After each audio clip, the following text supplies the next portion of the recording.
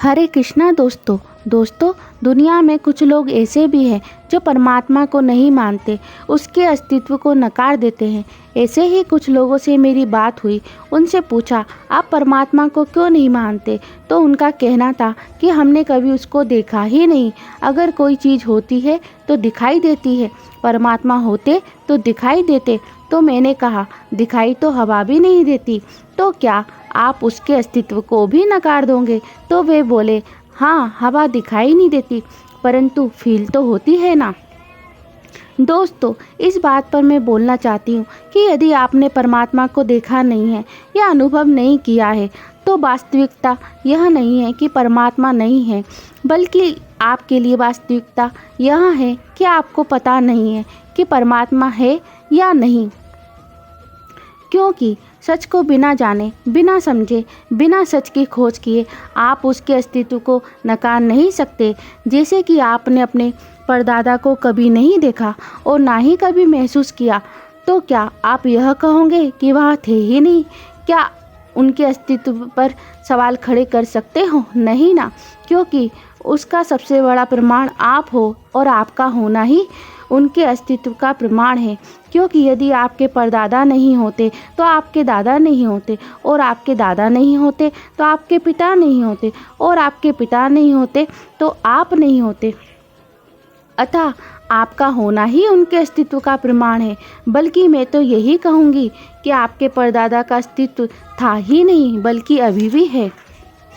क्योंकि आपके परदादा का शरीर नष्ट हुआ था, उनकी आत्मा नहीं। उनकी आत्मा तो आज भी किसी न किसी रूप में अस्तित्व में होगी ही। जिस तरह हमारा भौतिक शरीर जन्म लेता है तो हमारे माता पिता का होना प्रमाणित है। कोई भी यह साबित नहीं कर सकता कि मैंने बिना माता पिता के ही जन्म लिया, मैं किसी माचिस की डिब्बी में से पैदा हुआ। जैसे हमारा भौतिक शरीर हमारे माता पिता के कारण ही अस्तित्व में आता है, वैसे हमारा सूक्ष्म शरीर, हमारी आत्मा परमात्मा के कारण ही अस्तित्व में आई है। आत्मा परमात्मा का ही अंश है, उसी से उसका जन्म हुआ है, तभी तो उसे परमपिता परमात्मा के नाम से संबोधित किया जाता है।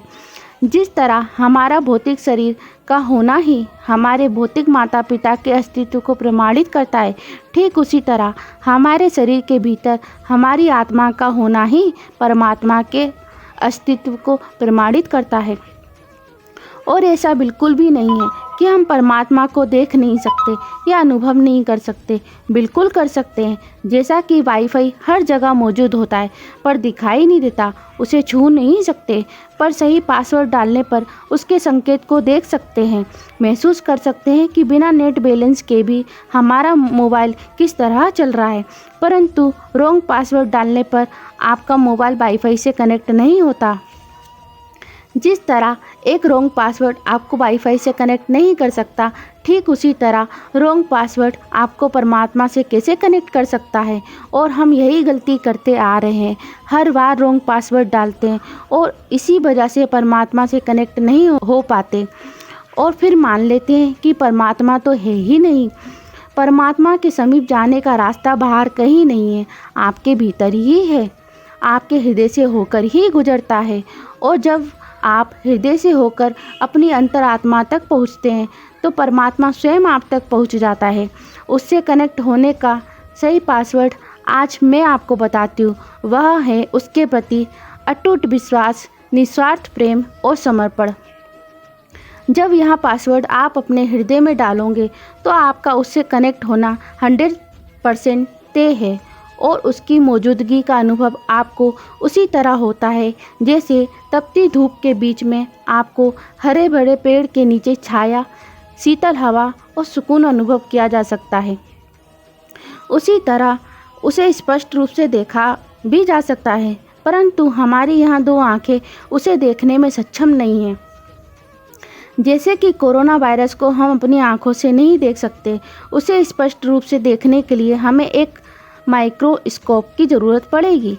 परंतु माइक्रोस्कोप से ग्रहों को नहीं देखा जा सकता, उसे देखने के लिए टेलीस्कोप की ज़रूरत होती है। जिन चीज़ों को हमारी आंखें देखने में सक्षम नहीं है, उन्हें देखने के लिए एक विशेष प्रकार के टूल्स की आवश्यकता होती है। जिस तरह माइक्रोस्कोप से ग्रहों को और टेलीस्कोप से वायरस को नहीं देखा जा सकता, उसी तरह किसी माइक्रोस्कोप या टेलीस्कोप से भगवान को नहीं देखा जा सकता। भगवान को देखने के लिए भी विशेष प्रकार के टूल्स की ज़रूरत होती है, और वहाँ टूल्स है भक्त का मन, जिसे साइंटिस्ट इजाद नहीं कर सकते। इसलिए आज तक साइंस भगवान तक नहीं पहुँच पाया, लेकिन एक भक्त अपने भक्ति में मन के सहारे भगवान तक आसानी से पहुँच जाता है।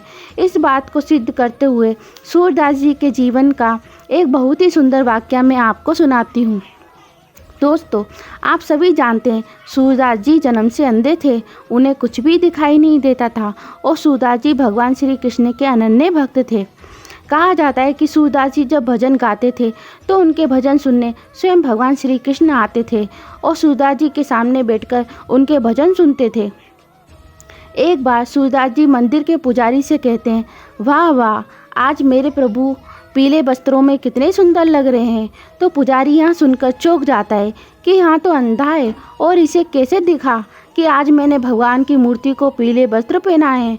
पुजारी दूसरे दिन फिर पूछता है कि बता, आज तेरे प्रभु ने किस रंग के वस्त्र धारण किए हैं।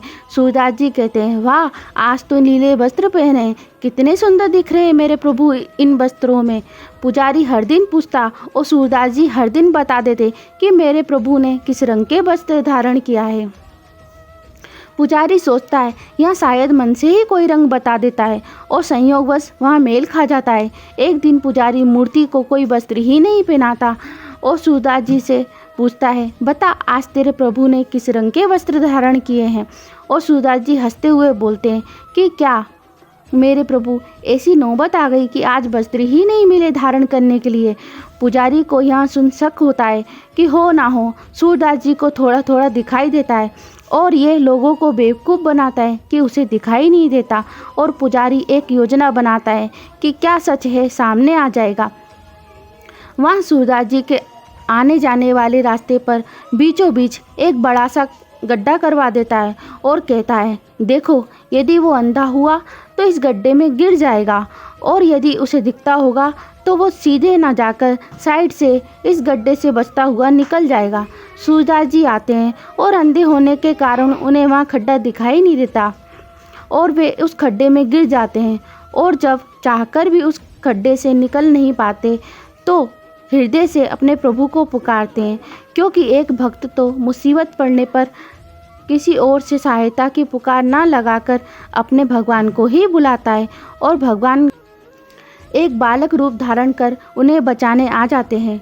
जो दूसरों को एक साधारण बालक नजर आ रहा था, और सूरदास जी को बाल रूप कृष्ण नजर आ रहे थे, और वे अपने प्रभु को पहचान लेते हैं।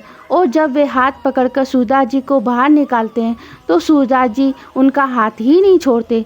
कौन भक्त अपने भगवान का हाथ छोड़ना चाहेगा, उस दिव्य अनुभूति को त्यागना चाहेगा, परंतु लोगों के सामने कहीं सच सामने ना आ जाए। वह बालक स्वयं भगवान श्री कृष्ण है, तो वे जबरदस्ती सूरदास जी से अपना हाथ छुड़ाकर भाग जाते हैं। इस बात पर उनका एक बहुत ही सुंदर दोहा हमें मिलता है, हाथ छुड़ाए जात हो निर्मल जानी के मोए, हृदय से जो जाओ तो सबल जानूंगा तोए। अर्थात हाथ छुड़ाकर तो चले गए निर्बल जानकर मुझे, परंतु मेरे हृदय से जाकर बताओ तो तुम्हें सबल मानूंगा। दोस्तों, सूरदास जी जन्म से अंधे थे, उन्हें कुछ नहीं दिखाई देता था, परंतु अपने प्रभु स्पष्ट रूप से दिखाई देते थे, क्योंकि भगवान को देखने वाला विशेष टूल्स वो भक्ति में मन उनके पास था। तो भगवान को देखना है तो मन की आंखों से ही देखा जा सकता है। तो प्रेम से बोलिए राधे राधे।